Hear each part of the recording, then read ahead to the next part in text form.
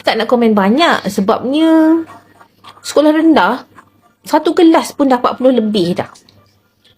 50 pun ada. Sebab ramai sangat murid. Tu belum lagi tahun katanya cukup kelas.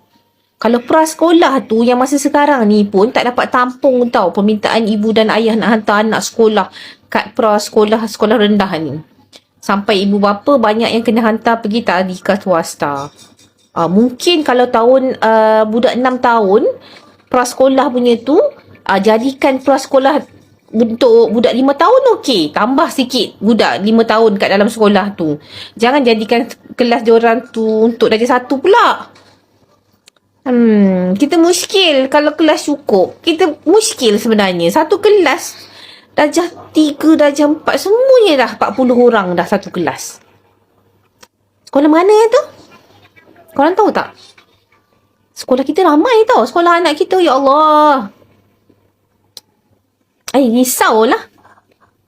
Makin hari makin risau bila tengok lepas pengumuman tu. Makin hari makin risau.